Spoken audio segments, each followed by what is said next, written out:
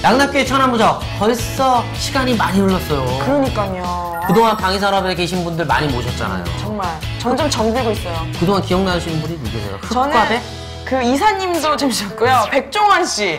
백종원 씨. 다 닮았다고 댓글들이 많이 달리고. 페이지에 백종원이다. 그분. 정말. 그분 한번 나중에 따로 우리 저희 회식할 때 한번 따로 불러서. 너무 재밌을 것 같아요. 그분 한번 모시고 싶어. 그래서 그동안 재밌는 분도 많이 나왔는데 여러분들이 항상 얘기를 해주세요. 왜 굳이 방위산업에 계신 분들만 불러야 하냐. 국방 이슈도 많은데 그래서 국방 이슈에 관련돼서 한번 이야기를 해달라 라고 해서 이번 횟수는 저희들이 특별 이슈와 특별 게스트를 모시고 한번 이야기를 한번 해볼까 해요. 맞습니다. 또 마침 우리가 이 특집을 준비하니까 북한이 도와주고 있어요. 도발이 점점 거세지기 시작했고. 관심 가져줘, 관심 가져줘. 관종 또 정은이 그 엉클이 또 북한 도발이 또 시작되기도 했고. 정은 엉클. 네. 또 얼마 전에 그 공관병 갑질 사건이 터졌잖아요. 이런 핫 이슈. 찬주 오빠. 네. 한번 터졌죠? 네, 찬주 오빠. 그래서 오늘은 그 국내외 정황을 좀 더 이렇게 살펴보면서 특별한 게스트와 더 많은 이야기 한번 나눠보도록 하겠습니다. 자, 그럼 오늘 특집 양락교의 천하무적을 빛내줄 게스트분을 모셨습니다. 나와주세요. 자, 오늘 정말 어렵게 모셨습니다. 너무 힘들어요. 이분은 케이블 방송 안 나가. 그래요? 정규 방송만 나가. 오. 이분 섭외하기 위해서 YTN 방송 3사 다 짚고 왔습니다. 오늘 이 방송을 출연하기 위해서. 제 입으로 하기는 좀 그러네. 주희 씨 한번 소개해 주시죠. 제가 한번 직접 소개해드리도록 하겠습니다. 한국국가안보전략연구원 김대영 편집위원님 모셨습니다. 사실 새로운 거라고 보기에는 아직은 좀 지속적으로 인내를 하지만은 왜냐면 로켓 안에 이미 고체연료가 내장이 된 상태라 군고도에서 미사일을 막는 체계라는 의미. 이게 일반적으로 미사일 이 패트리어트 지금 팩2 같은 경우에는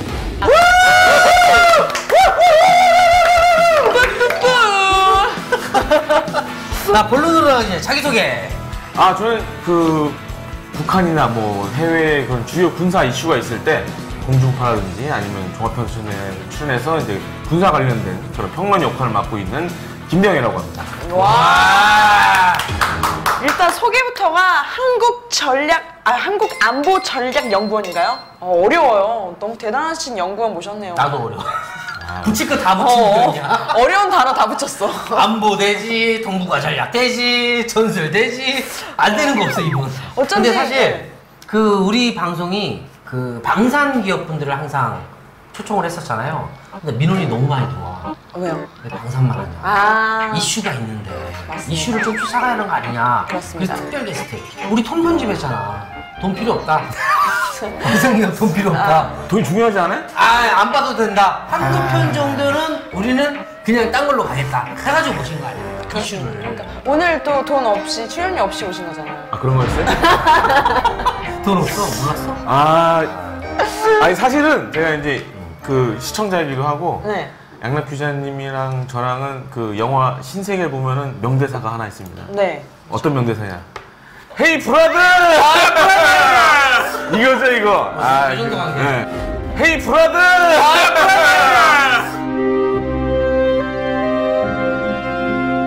제가 사실 그 국가안보 전략, 국가안보, 동북아 정세, 아니면 전술, 무기 이런 기사를 쓸 때마다 항상 김대영 씨의 멘트를 따여줘. 그래서 끝에 김대영 연구원 따가지고 딱 김대영 연구원 왈.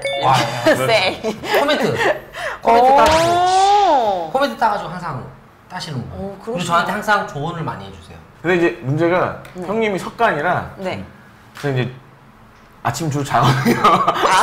아침잠이 많으시구나. 그래서 이제 비몽사몽간에 전화 받을 때 간혹 있습니다. 누가 더 유명해요? 여기 또 TV에 나오시고. 이쪽이 더 유명해요. TV는 김대영 씨가 훨씬 많이 나요. 제가 보기에는 거의 요즘은 하루에 3일에 이틀 정도는 그렇죠. 진짜요? 요새 어쩐지 낯이 있다고 하셨어요. 위에 정은이가 요즘 핫이슈를 많이 만들어줘서 그리고 또 남한 분들 우리 찬주 형님 찬주 형님이 이슈 많이 만들어줘서 그러면 저희보다 유명하신 분이네요. 그렇죠. 소속사는 뭐해? 약간 준 연예인이시네요. 준 연예인. 아까 뒤에 앞에도 말씀을 드렸지만 저희가 그 방산기업 분들이 항상 나오다 보니까 우리 핫 이슈, 국방 이슈를 왜 못 쫓아가냐 이런 민원들이 너무 많이 왔어. 이 PD가 너무 힘들어했어. 이거 어떻게 하냐. 그쵸. 광고를 포기할 거냐 아니면 이거를 뭐 해야 할 거냐. 분명히 이슈 쫓아가다 보면 광고 안 들어올 것 같은데 뭐 사드 얘기하다 보면 중국 애들이 스폰해주겠어, 국방부에서 스폰해주겠어, 뭐 누구 스폰이 없거든. 군에서 신경을 써줘야 돼. 우리 PD가 그래가지고 포심을 했다고. 네. 그래서 야 그래 PD가 네. 과감한 결단을 한 거예요. 네. 야 두해는 접자. 이슈 쫓아가자. 맞아. 이슈 우리는 중요하죠. 대의가 중요하다. 핫 이슈. 광고 안 들어도 된다? PD가 몰빵하겠지. 아까 PD 탓으로 저 들리 PD께서 PD분 참 어깨가 무거우시겠습니다. 힘드시겠네요. PD 대단해요. 오늘 김대영 씨를 모신 이유는 네.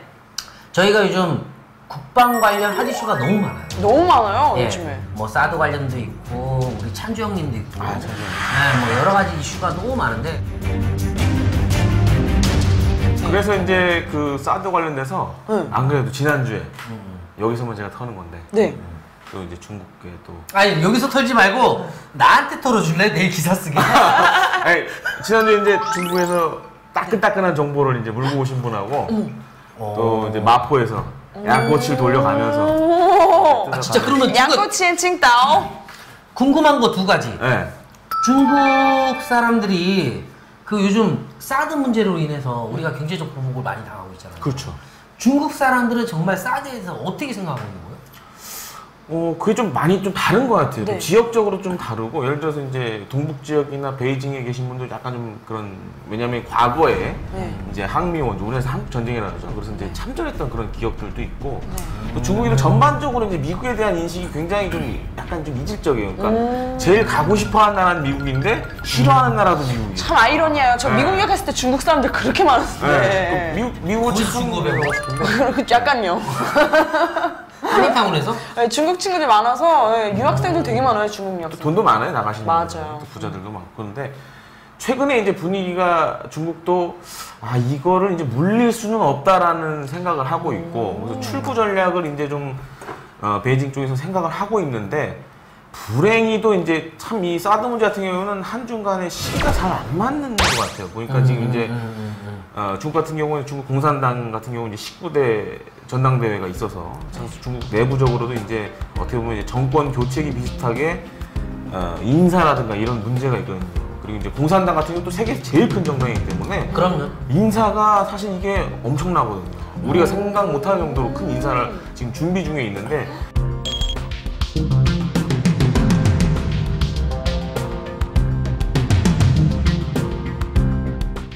두 번째 궁금했던 거 마포에서 양꼬치 먹는다고 했는데 네. 진짜 중국 가면 양꼬치가 많아요 그렇게? 많죠. 저 먹어봤어요, 중국에서 양꼬치. 나 상해에 가서 양꼬치를 먹었는데 우리랑은 너무 틀리더라고. 종류가 다양하죠. 뭐 마늘, 그러니까 마늘도 있고 뭐 야채도 있고 있는데 뭐 쇠고기. 근데 확실히 향이 더 세긴 하더라고요, 한국보다는. 아니 저는 사실 양꼬치 별로 안 좋아한 게 네. 처음에 이제 중국 갔을 때 항주라는 곳으로 갔는데 거기가 여름이 되면 보통 38도예요. 와. 우리 저번 주 토요일 날씨. 아니 거기는 에브리데이 그냥 여름이면 네. 38도예요. 에브리데이. 생각해보세요. 그 38도에 양꼬치를 숯불을 구워먹으면 이거는 사우나 안에서 그냥 살살 구워먹으면 난 그거 파는 분이 더 대단하다. 그러니까 처음에 이제 말주장 못하고 갔을 때 땀을 삐질삐질 흘려하면 이제 그걸 돌리는데 이건 먹지 말아야겠다. 그랬죠. 근데 지금은 이제 맛있게 먹고 약간 팁을 드리자면은 우리나라는 이제 양꼬치엔 칭따오 개념인데 그쵸. 약간 고수비리면은 맥주를 이제 하얼빈을 시킵니다. 하얼빈? 하얼빈. 약간 코야 돼. 하얼빈. 하얼빈 맥주가 중국에서 가장 오래된 그런 맥주 중에 하나고 또 맛도 괜찮아요. 그렇구나. 그래서 약간 고수분들 가시면은 칭따오 나가리 시키고 하얼빈 딱 골라줘요. 그렇구나. 전 초보였네요. 칭따오 나가리 시키고. 되게 전문용. 야 한중일 용어가 다 섞였어. 나가리. 칭따오 나가리하고. 나가리 시키고 하얼빈을 또. 하얼빈. 그러니까 뭐 기회가 되시면은 하얼빈 한번 시켜 드셔보는 것도 괜찮습니다. 전 저희 방송이 되게 재밌는 것 같아요. 사드 얘기하고 진전 얘기하다 갑자기 양꼬치. 하얼빈 얘기하고. 근데 나는 사드 얘기할 때마다 화가 나는 게 네. 중국은 우리보다 더 긴 레이더가 있잖아요. 그렇죠. 더 긴 탄도미사일이 있고 네. 사거리가. 네. 근데 우리가 갖는 거에 대해서 왜 불만을 갖는 건지 난 솔직히 이해를 못했어. 그러니까 맞아. 우리가 사드 레이더 탐지거리가 그게 뭐 여러 가지 뭐 2가지 종류가 있는데 한반도 탐색을 한다고 하는데 그거 갖다 화낼 이유가 전혀 없는데 중국은 더 긴 거 있으면서 사실상 우리가 세종대왕함을 그렇죠. 가지고 있는 세종대왕함의 레이더 거리가 훨씬 더 길거든. 세종대왕함은 중국 웬만한 거 볼 수 있어요. 근데 거기에 대해서 화를 안 내면서 오직 사드. 그래서 얘네들이 미국 물건에 대해서 그렇게 의무제가 있구나. 그런 것 같아요, 제가 생각해. 그러니까 미국이 가까이 오는 거에 대해서 두려워. 그러니까 이제 그런 반발을 갖는 이유 중에 하나가 왜냐면 지금 유럽 같은 경우에는 그 미국의 많은 이제 MD 시설들이 들어와서 사실상 이제 러시아를 이제 포위하는 형국인데 네. MD 미사일 방어 미사일 방어 체계. 아. KMD MD? 한국 미사일 방어 방어 체계. MT. 예, MD 미사일 디펜스. 미사일 방어. 미사일 미사일 방어. 디펜스. 미사일 디펜스 영어 좀. 그거? 그거? 네. 그거. 자막 여기 나가잖아요. 요거. 그래서 이제 중국도 야, 이렇게 미국인이 하나씩 갖다 놓으면 나중에 포위되는 거 아니냐 이제 이런 좀 심리도 있고. 약간 그거네요. 무슨 바둑 두듯이. 그렇죠. 이제 중요한 지점에 하나씩 이제 하면은 이제 목을 다 막아버리는 그런 개념이고 하다 보니까 굉장히 이제 민감하고 사실은 근데 이제 이 사드 문제 불거졌을 때 중국에서 별로 그렇게 잘 알지를 못했어요. 왜냐면은 중국의 군사 전문가들 대부분이 해군 출신들이 많고 하다 보니까 SM3는 굉장히 관심이 많았는데 SM3가 뭐죠? 자동차인가? 이제는 이제 해상에서 미사일을 요격하는 그런 미사일 요격 체계인데 SM3 이제 일본이 갖고 있으니까 그런 거에 관심이 굉장히 많은데 사드는 사실 별로 관심이 없어요. 근데 그러니까 시청자분들이 처음부터 설명을 해줘야 돼 이거는. SM3 저는 저기서 미사일을 쏴요. 네. 쭉 올라오잖아요. 그럼 이 미사일이 우리 서울에 떨어질 수가 있잖아요. 서울? 그러면 이게 여기 상층 방어에서 막을 수 있는 게 있고 네. 중층 방어에서 막을 수 있는 게 있고 하층 방어에서 막을 수 있는 게 있어요. 이 구분별로 다 있는데 우리 같은 경우는 이제 KMD 한국형 미사일 방어 체계에서는 뭐 LSAM, MSAM 뭐 여러 가지 종류가 있지만 네. 사드는 이 마지막 막다 피했어요. 얘가 그럼 마지막에 불이 안 된다 그러면 사드로 막는 거죠. 그게 이제 밑으로 가면 이제 뭐 패트리어트 미사일 뭐 2도 있고 3도 있고 여러 가지가 있지만 사드로 이제 막는 건데 네. 이게 그 이스라엘 사례를 보면 네. 옛날에 그 주변국들이 이스라엘에다가 100발의 미사일을 쏴요. 네. 근데 그걸 다 막아. 철통 동지에서 방어네. 해가지고 사드가 있어서? 네, 사드가 있어서 아니라 그 측에서는 아이언돔이라는 것도 있고 뭐 에로우. 여러 가지 에로우 3도 있고 뭐 여러 가지 시스템이 있어요. 요격 미사일 방어 체계. 뭐 이런 것들로 막는 건데 우리 그런 일환으로 사드를 갖다 놓는데 사드가 꼭 주 목적은 우리나라 국민을 지키기 위해서가 아니라 네. 주한미군을 지키기 위해서 자기네 부대를 지키겠다.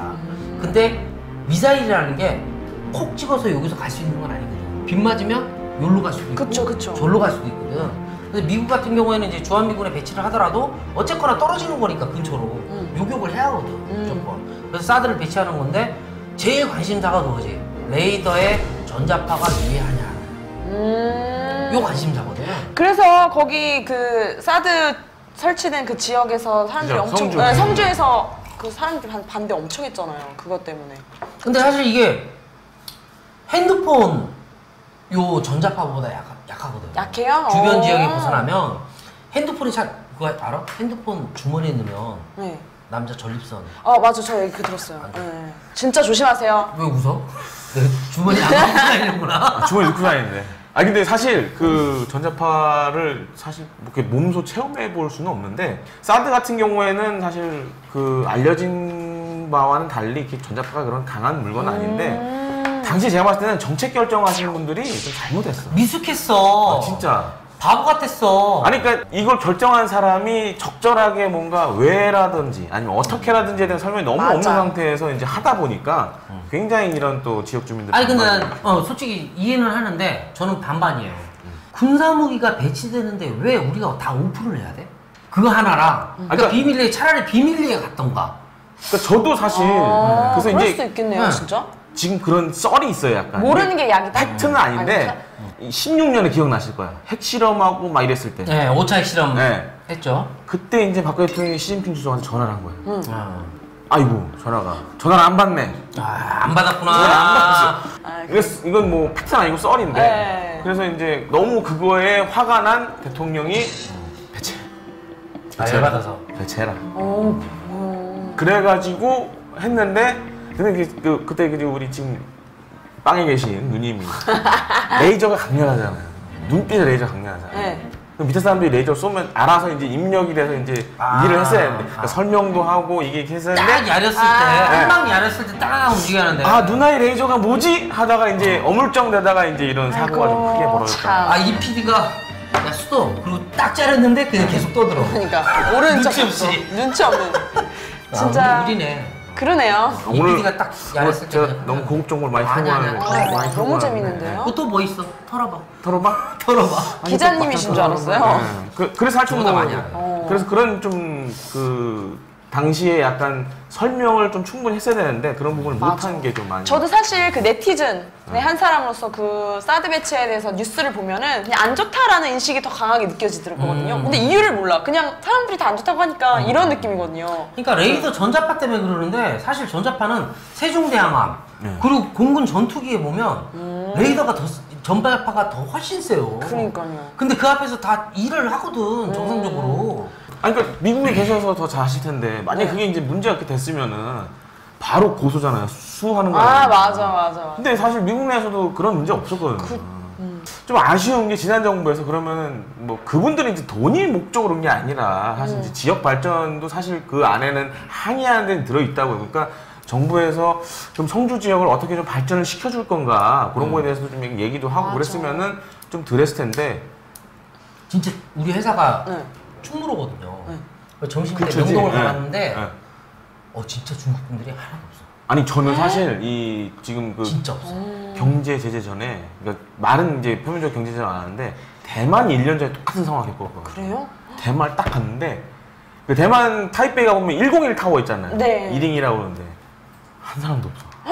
저 사람이 한 사람도 없어. 근데 그나마 대만이 이제 관광 수지가 이제 그나마 나아졌던 게 우리나라가 선빵을 해줬거든요. 꽃보다 할배하면서 엄청 많이 왔어요. 그러면 중국 사람들 없으면 대만 사람들 불러야 하나 우리도? 이제 그래서 우리나라도 최근에 이제 뭐 그 이슬람 국가라든가 아니면 동남아 국가 사람들 이제 타겟으로 해서 이제 관광을 많이 하려고 하는 게 대만이 지금 솔직히 그렇거든요. 그렇구나. 이슬람 사람들 그다음에 우리나라 사람도 이제 거의 넘버원이 돼버렸고 깜짝 놀란 게 올해도 이제 대만 갔다 왔는데 그 지하철에서 한국말 하시는 그런 대만 분들이 되게 많아요. 한국말을 해요? 네, 그러니까 도와주시는 분들 있잖아요. 어디로 가세요 뭐 이런 것도 한국어로 하시더라고. 옛날에 안 그랬는데. 워낙 또 관광객이 많아요. 대만 가봤어요? 저 안 가봤어요. 되게 신기하죠. 저도 한 번도 안 가봤어요. 진짜. 나 중국 상해밖에 안 가봤어요. 저 옛날에 대만 진짜 가보고 싶었던 게 꽃보다 남자 그 대만 편. 꽃보다 할배. 꽃보다 남자 대만 편 있어요. 대만 남자가 버전. 있어요? 네, 따오밍, 선차이 이렇게 나오는 그 드라마 있거든요. 제가 되게 좋아했던 드라마예요. 자료화면 나가갑니다. 따오밍. 화양. 차이나타운에 있어. 뜨무시. 제가 되게 즐겼던 드라마인데 그래서 대만을 가고 싶었던 기억이 있네요. 정치인들 개인적으로는 별로 이렇게 정치 성향이 보수다, 진보다 저는 뭐 그렇게 안 가려요. 근데 가끔가다 진보도 틀린 게 있고 보수도 틀린 게 있거든요. 그쵸. 그래서 저는 뭐 그 판가름을 하는데 사드 문제에 대해서는 진보와 보수를 가릴 게 아니라 그냥 우리나라를 지키는 거잖아요. 맞아. 그냥 그 논리로는 난 이게 맞다라는 거지. 나는. 제가 생각해도 그냥 서로 좀 합의점을 찾아서 좋게 합의점을 다 찾아야죠. 또 이렇게 사드 얘기를 또 길게 나눠봤는데 이제 사드 말고 또 요즘에 되게 핫이슈 있잖아요. 이거 뉴스 얼마 전에 나온 거 불과 한 며칠 전인가요? 그 공관병 갑질 사건 아까 말씀하신 찬주형 찬주 오빠? 아니면 너무 나이가 많으시면 찬주 할아버지? 아니 뭐라고 찬주 아빠. 그분의 와이프가 또 공관병 그 갑질을 하는 그런 사건이 발생했잖아요. 네. 그렇죠? 근데 이 얘기를 좀 더 들어보기 위해서 저희가 심층적으로 좀 이분에 대한 심리가 뭔지 또 그리고 이런 사건에 대한 그 피의자, 가해자에 대한 심리가 어떨지에 대해서 너무 궁금해서 심리 전문가를 저희들이 저희 앵벌이 PD가 모르는 사람이 없어. 전날 얘기하면 인맥이 다양해. 이런 거 한번 얘기해볼까? 띠리릭 하면 바로 섭외돼. 그래서 이분이 정말 대단한 분이시더라고. 아까 잠깐 그 스튜디오 밖에서 한번 인사를 했어요. 근데 이분이 이 사건사고 할 때 자문도 해주고. 오. 와 대단한데 우리 PD님 또 섭외 클래스가 아주. 네, 소개하겠습니다. 들어오시죠.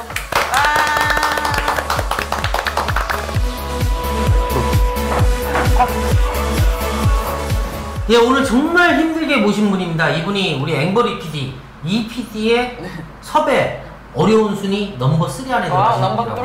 네, 경찰청 범죄 피해 평가사 서은영 선생님 모셨습니다.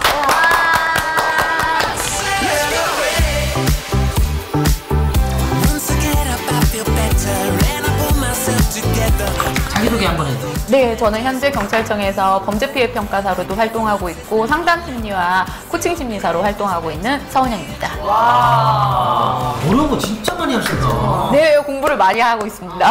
그럼 덕분에. 정확히 하시는 일이 어떤 업무세요?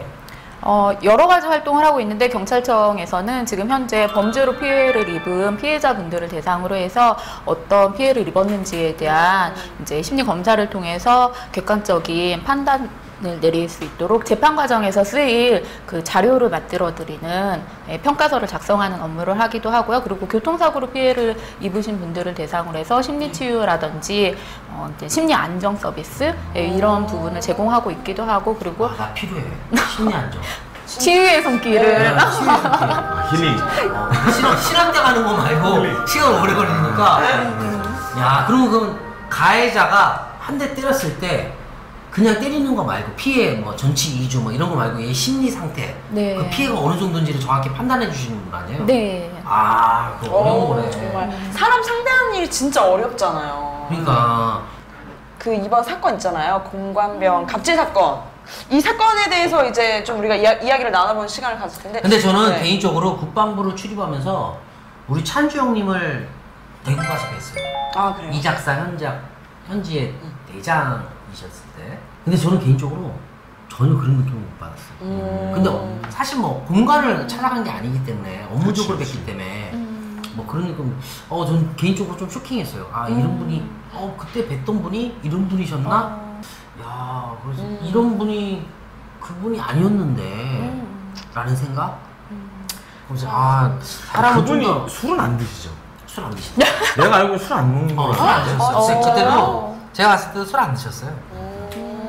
저 혼자 그냥 거울 보고 말았죠. 진짜. 저는 사실 그 공관병이라는 것 자체도 되게 생소한 병사. 이게 사실 공관병이라는 게 전방에 가다 보면 장군들이 많이 계세요. 전방 부대에 가다 보면 하루 종일 야전 부대를 돌아다닐 거 아니에요. 그럼 와서 그 정도 장군 정도 되면 사모님이 소위 때부터 계속 20년 동안 전방을 계속 끌려다니면서 같이 사신 거야. 그러니까 사모님이 지겨운 거야. 야, 애들도 컸으니까 나는 그냥 애들이랑 서울에서 할게. 너 혼자 가 있어. 그럼 나도 뭐 이제 별 달았으니까 그래. 난 가 있고 애들 이제 결혼 정년도 됐고 직장도 다니니까 서울에 가 있어. 라고 해놓고 이제 혼자 산단 말이에요. 그럼 전방을 계속 다니다가 사장님들도 보통 서포팅하는 사람 비서라든가 누가 있듯이 국회의원들도 보좌관이 있듯이 장관들도 필요하거든요. 근데 어느 정도는 필요성은 있어. 공관병이라는 게. 근데 이게 이중성인 게 공관병이 사실 전투병보다는 편한 건 맞아요. 가가지고 총 들고 24시간 38도 안에서 막 총 들고 서 있는 경기 근무하는 애들 아니니까. 근데 맞지만 이 사람들이 그렇다고 해서 곁에 있다고 해서 내가 막 부릴 사람은 아니거든.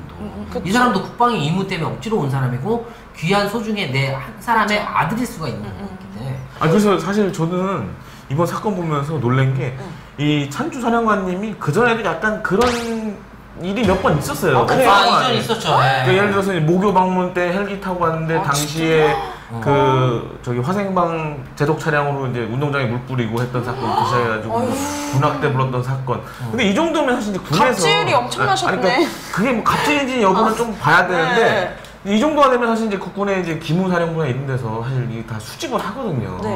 근데 그래서 사실 장관이 구두로 경고했잖아요. 근데 이것마저도 안 듣고 계속 이런 일을 해왔다는 걸 보면은 이게 참 우리 군의 뭔가 이런 지휘 체계가 굉장히 뭔가 잘못되어 있다. 그리고 기무도 예를 들어서 영광 같은 경우는 진짜 무섭잖아요. 기무 한번 못 들으면 난리 나잖아. 근데 이 양반 별 4개니까 찍소리 못하고 그냥 밀고 간 거 아니에요. 그분만 그런 게 아니라 또 그분의 와이프마저도 그러니까요. 갑질을 되게 심하게 했잖아요. 자기 아들의 속옷 빨래를 하라는 거. 그 사람도 아들 같은 또래인데. 그래서 사실 이제 지금 군에 계신 이제 영관급 장교 분들이 얘기하는 게 이게 다가 아니다. 예를 들어서 지금 GOP의 연대장이나 대대장으로 나가 계신 그 보면은 맞아. 당번병은 없잖아요 지금. 네. 근데 통신병이 있단 말이에요.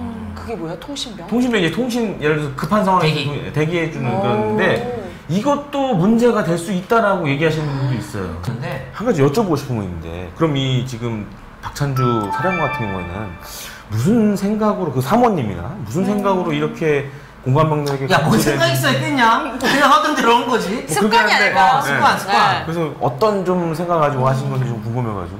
이런 부분을 가장 대표적으로 보여줄 수 있는 어떤 심리학 실험이 있거든요. 굉장히 유명한. 그게 스탠포드 대학교에서 1971년도에 어디 대학교? 스탠포드 감옥 실험이라고. 스탠퍼드. 네, 그래서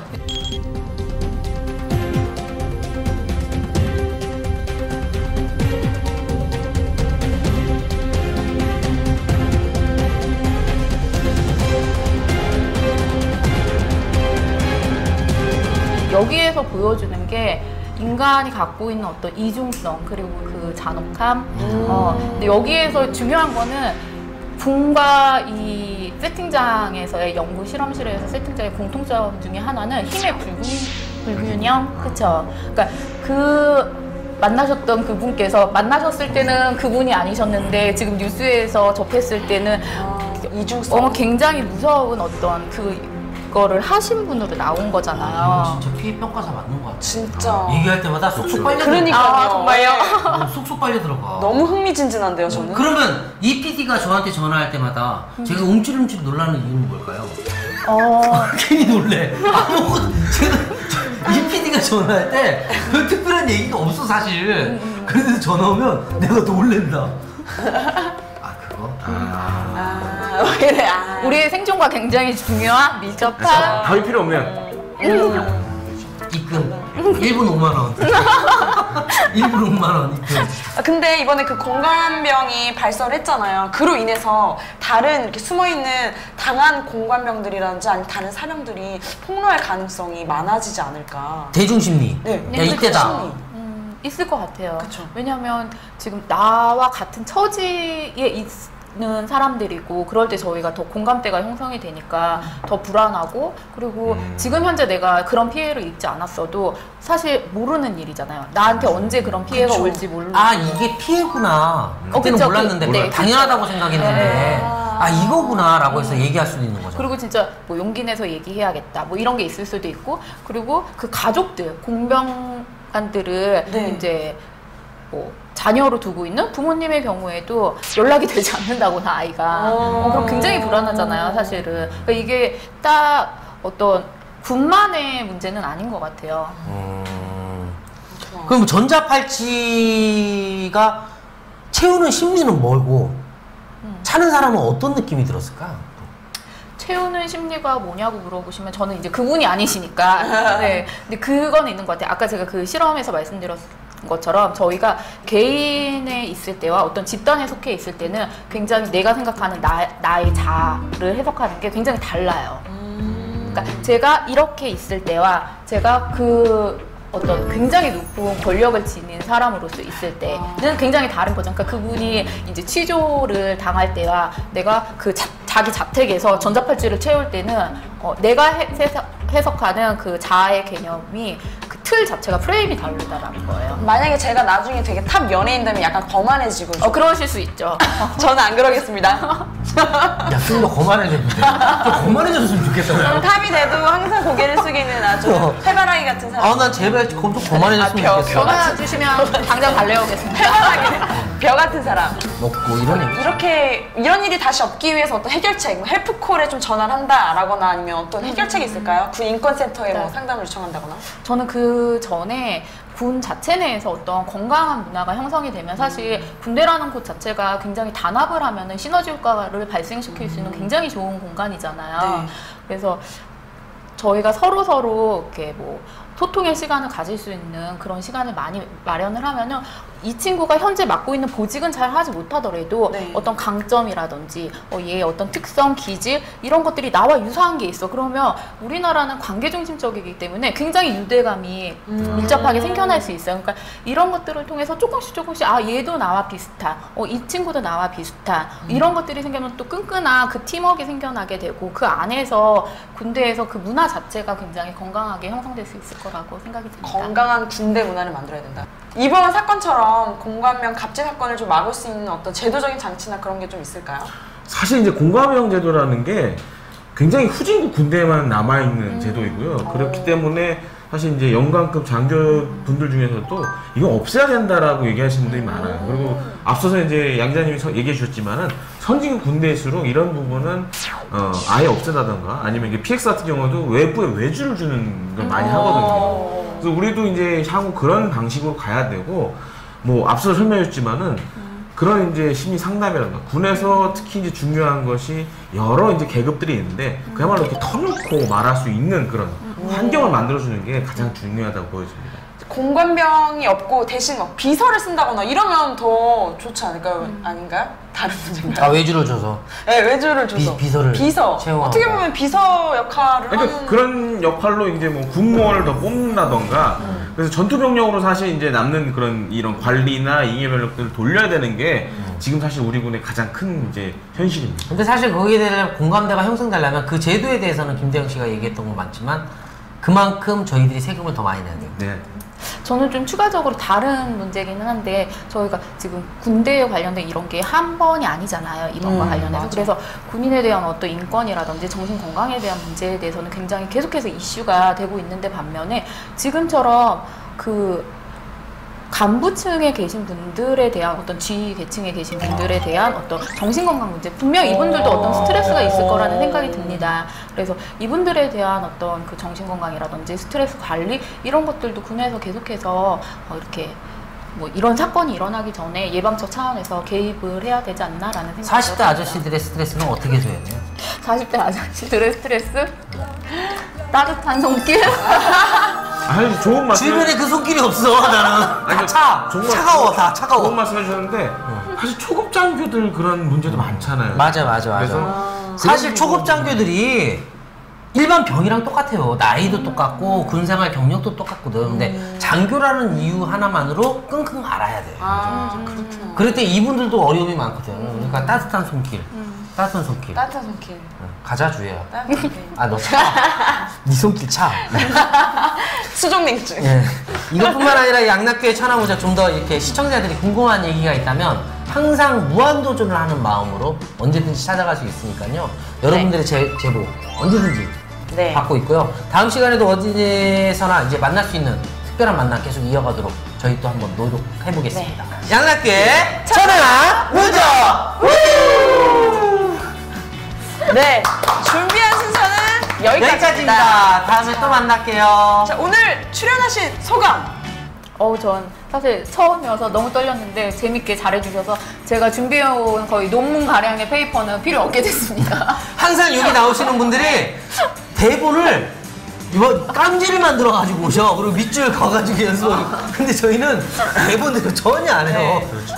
대본은 질문은 사실 안 해. 방관자의 심리. 요거는 제가 확실히 알고 가요. 네. 오케이.